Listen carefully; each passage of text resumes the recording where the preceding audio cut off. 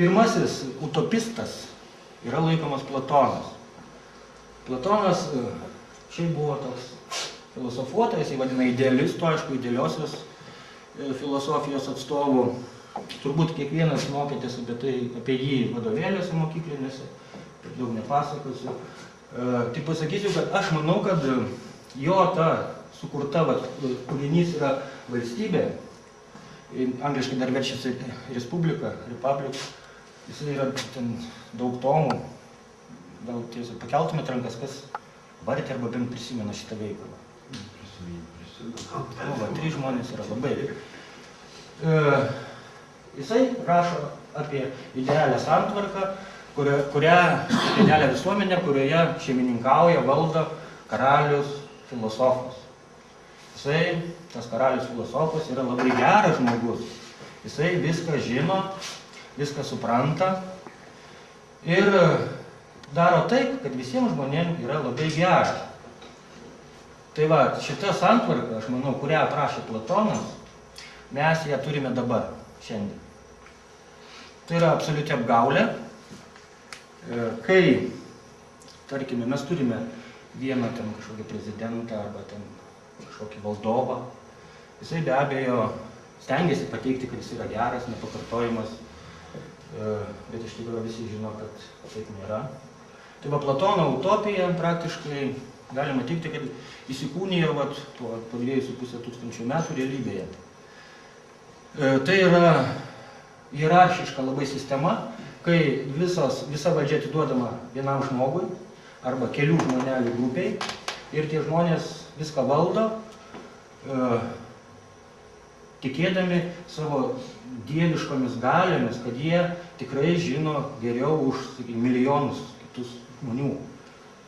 Tai va, tą sistemą bandė įdiegti Platonas, mes Platoną mylim, mes Platoną gerbiam, mes turime platoninę sistemą šiandien.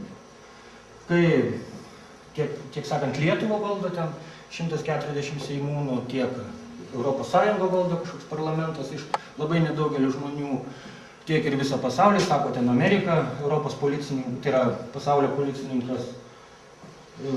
Žodžiu, yra ta piramidės principas, tai viršūnėje stovi vienas, keliasdešimt žmonių, o apačioje stovime mes, mūsų yra milijardai. Ir mes patikime šitą mūsų gėrį, mūsų tą, sakykime, svajonės, tai nedidelį grupelį arba vienam žmogui.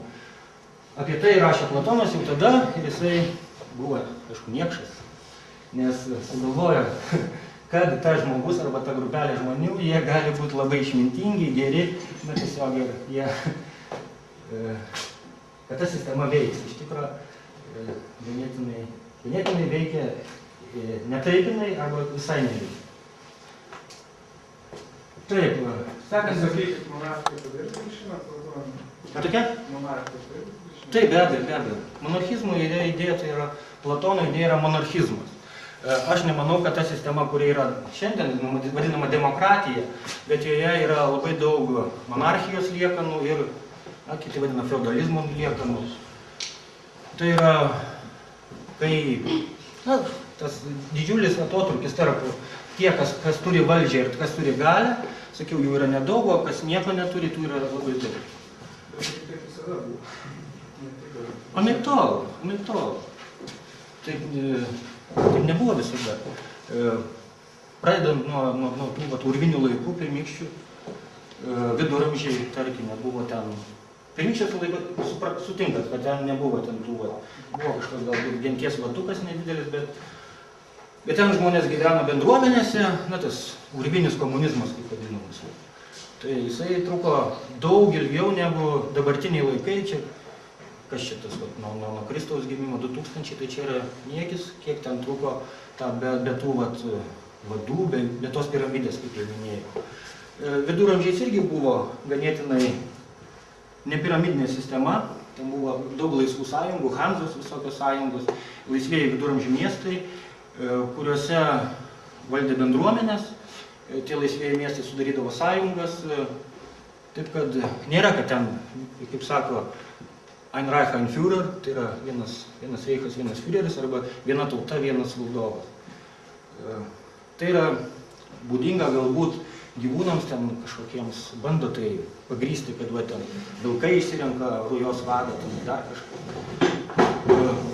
Bet yra daug kitų gyvūnų rūšių, kur ten bitės arba dar kažkokie skruzdės, kurios kolektyvinį tą gyvenimo būdą labiau pabrėžia ir jį propaguoja. Tomas Moras, Utopija. Tomas Moras, Utopija, praktiškai tai buvo, sakiau, kilo žodis, žymus bent jau tuo. Na ir jis, aišku, nubrėžia tas pradinės kryptis, kaip aš jau minėjau, link tų trijų žodžių – laisvė, lygybė, brolybė.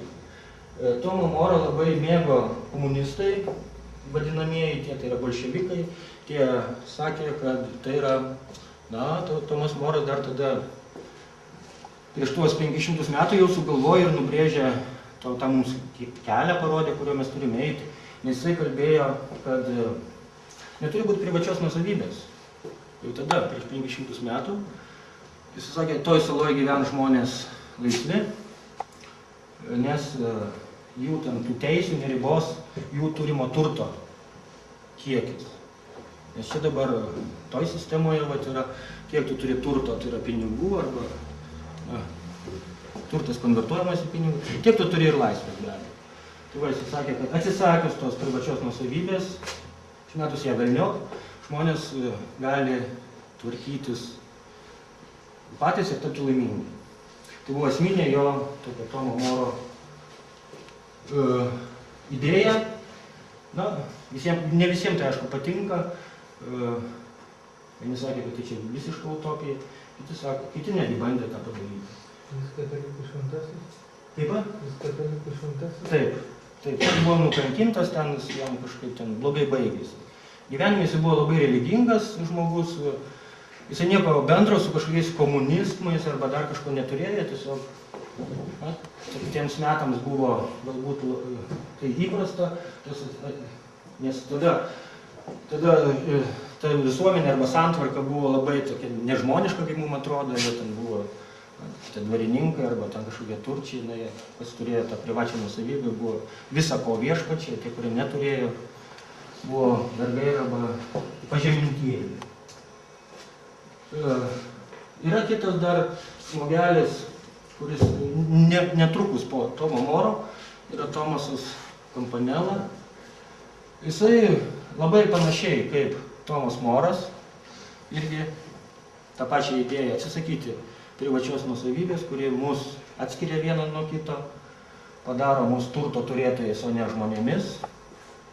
Ir jisai bandė aprašyti Saulės miestą, kuriame irgi nėra visų tų turtuolių vargšų, o yra lygiai teisių žmonių bendruomenė. Esminių dalykų, ko jis skiriasi nuo Tomo Moro, tai yra švietimu. Jisai manė, Tomas Campanella, kad per švietimą galima tą pasiekti, kad žmonės patys atsisakytų to savo turto, taptų kažkokie, neengtų vienas kito priklausomai nuo turto turimo kiekio. Todėl jo Saulės tam mieste ir vėliau atsiradę tie antiutopistai labai daug mokėsi iš jo to žmogaus. Jisai parašė ten tokią valstybę totalitarinę, kur žmogus tik sraigtelis. Tai tą naudoja vėliau ir Orbelas, ir Huxleys, ir visokie, ir dabartiniai, kurie dabar rašo, tarkim lietuviai yra parašę ten šiokių tokių antiutopijų. Irgi yra veikiami tų štampų, kurios tada sukūrė kokiais 21 metais šitas žmogus. Jo knyga dabar irgi greitai išeis lietuviškai, kitos knygos irgi pasirengusios išleisti šitą knygutę. Na, jinai įdomi, aišku, ne tik tai filologam arba ten istorikam literatūros, bet ir eiliniam žmonėm ten šitą ganėtinai paprastų, lengvų, tokių fantastinių stiliumi. Tai kalbant apie tas antiutopijas,